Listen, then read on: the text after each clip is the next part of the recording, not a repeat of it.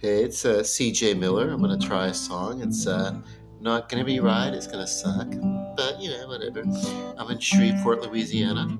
And we're across the Red River from beautiful Bossier City, Louisiana. Come check us out on your road trip, vacation, what have you. Look me up. We'll take care of you.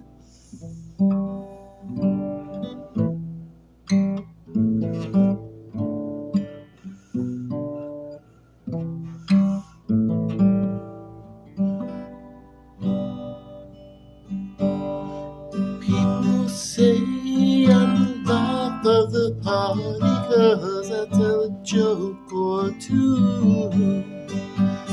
Although I might be laughing loud and hearty deep inside of you. So take a good look at my face. You know the smile inside of the place. If you look closer, it's easy to trace the tracks of my tears. Outside, I'm masquerading. Inside, my hope is fading. I'm just a clown since you put me down. My smile is my makeup, my wear since my breakup with you. Baby, take a good look at my face. You know I smile inside a place. If you look closer, it's easy to trace the tracks of my tears. So I don't know. I couldn't figure out the chords or how to strike them. I guess I could look them up and everything, but whatever. I like that song. And then when I was hitting my high note, there was like, because I had the chicken earlier, it's like, oh my God, there's like phlegm in the back of my throat. It's like, yeah, it's blocking that note. It's probably why people like don't like, you know, maybe that's why like Louisiana blues, is so like, throaty because of the foods that we eat. Uh, yeah, man. If you like eat a whole chicken and then go on stage, you're gonna be like mucusy or throaty or something. So yeah, I guess I don't know. But anyway, what else? I don't know. I'm just bored, killing some time. I'm gonna be going to bed pretty soon, um, because I want to get some physical activity in tomorrow, and that means I need to sleep. That means I can wake up, and that means probably I don't know. I'll probably just go to the YMCA or something. I don't know. What? I don't know.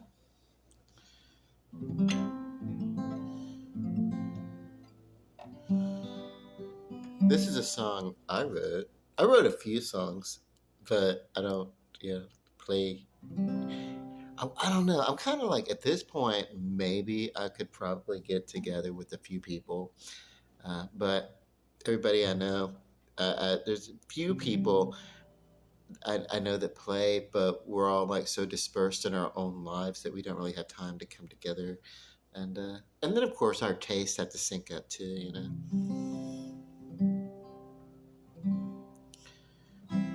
You dream about the love you give up. You wonder why you haven't let me wake up. You know the fire. You know the fire of loneliness. I think I already screwed that up. Maybe I'll get it right on the second verse.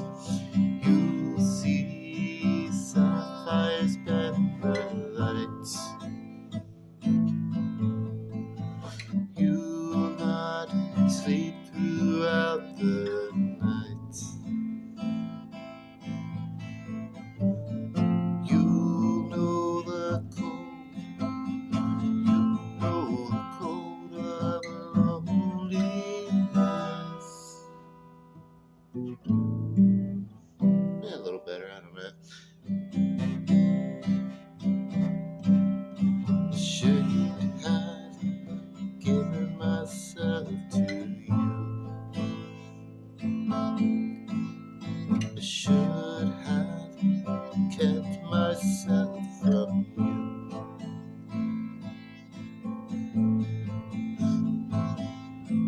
feel like because I'm getting the chords and the songs right, I feel like that scene in like that movie, What's Love Got to Do with It?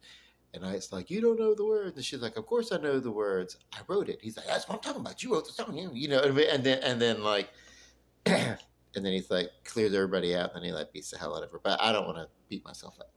So I don't really. I think that like from what I see though, I think performing. I know acting on stage when you're performing and you're acting that every live performance of a stage play is very different from the next. Even if you hit all the marks and all the inflections and everything, it's perfectly rehearsed and perfectly performed. It is still very, very different from one performance to the next. That was my takeaway from that. So I imagine that like playing the same song night after night after night, it's probably even if it's like record perfect, studio perfect, it's probably still different every single night. Uh, you know, I think that would be kind of cool. That would be kind of fun. Well, we all have dreams, right? And we all have like little fantasy pretend lives that we get to be whatever we want in those moments. So that's kind of cool. Fantasy is fun as long as we don't separate. As long as we don't, yeah, as long as we can separate fantasy from reality. You know, a realistic dream from an unobtainable whatever. That doesn't mean that uh, people shouldn't participate in the arts. I just feel that like too much of it is too much of the chore for the art and the enjoyment and the fun and play and all that. The pretending that the fun, too much fun. We give that responsibility of entertainment to professionals, and because children can do that, but then as adults we forget how to entertain ourselves and each other recreationally. And that's something that I hope to encourage people to do, to reach out to your friends and neighbors and stuff like that. Sit around, tell stories, entertain you. Like that's what we used to do. We had TV, we had radio, we had cable. We, you know, there was VCR. We were kind of the last on the block to get it, but I mean, with the expand, we had HBO, all kind of stuff. So, uh, you know, uh, but we still took time for I don't know, yeah, family entertainment of each other and stuff like that. So that was kind of cool. Um, that was one of the things that I felt that was really, really fun having my sister, a little bit older than I am, is that we would do like the most, because we grew up in the 70s and going into the 80s, and that was the era of television variety show. Uh, and so we would do little skits and musical numbers, and she could play, but mostly we would just put on music and we would sing and dance to the music. Or whatever, just for like goofy family and friends or something like that, or we get together with a group of people. Then it was always like, oh hey, let's get together and do something. Of course, it was always my sister who came up with the idea, like Aisha, like I don't know, like just underrated as the little kids. Uh, and she was always the one that would come up with the idea of what story we were going to tell, or she would work out the choreography. Even if it was some choreography that she'd already seen, she would organize it. She would give everybody their cues and everything like that. So, as a director and a stage director, she would have been wonderful, and she probably wouldn't have been a bad stage actress either. So, but yeah, uh, but we only ever really did that around the neighborhood. And then when we got older, I did some theater and stuff like that. She did some performing in school, some dance line and some choir and stuff. But yeah, I don't know. Uh, yeah, so I think it was those times when I was real little and that pretend and that entertaining for the family and stuff like that that just made me eventually want to learn how to uh, play an instrument. Now I can play a few of them, not wonderfully, but enough to entertain myself. And it made me want to get into uh, to explore some painting. I did some painting in school. You know, like I would uh, decorate the occasional dance hall or something like that. I very rarely went to those things though. But yeah. Um, and I have a website. It's not my. It's called hellopoetry.com. And if you go to www.hellopoetry.com / Cecil Miller, that's my legal name. But if you go there, www.com hellopoetry / Cecil Miller, to that page, you will pull up a my profile, and from there hit poems on the page, and you'll see several hundred entries of my poetry that I put online. And I guess I got loyal to that one site, even though occasionally they piss me off because I feel like some of the funding that they do is kind of cheesy. It's like, oh, and there was some things. Is it a free site? That's what appealed to me at first. It was a free site, and it wasn't littered with ads, and it wasn't about recruiting members to don't, and then gradually it became here. Let's donate here. And that kind of, and I kind of got like less interested in the site once it became ad driven, and once it became because I asked people, by the way, if you do this, uh, there's this thing on the site called sunlight, basically, or posting up where you could take somebody's poem if you like it, or their written work or whatever it is, and you can donate in their name, and it will move their work to the top page, the first one. And it's like, I write um, to express ideas, and it doesn't matter to me if it's first in the line, because what's going to happen is the very next thing is that somebody else is going to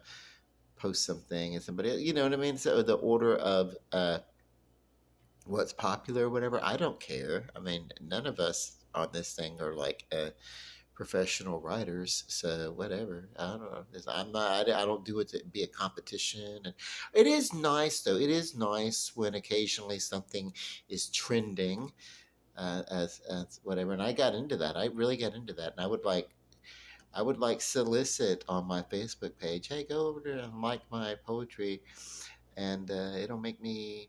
But then it was like I got kind of mad at myself for being like that involved with that, looking for likes and subscriptions and all that kind of bullshit. It's like that's not what I'm about. I'm about like just I don't know, sharing facets of my personality, and like I do on my YouTube. Although my YouTube, I no matter what's going on, I always want to preface it with an invitation to come check out the Shreveport metro area, Northwest Louisiana. I just think that it's such a wonderful thing. Uh, it's a great place to live. It really is, and yeah, I think so. Then, of course, like every hometown, always people that like, oh, I want to leave the hometown. I want to, whatever. There's nothing to do here. I want to go to New York, or I want to go to LA.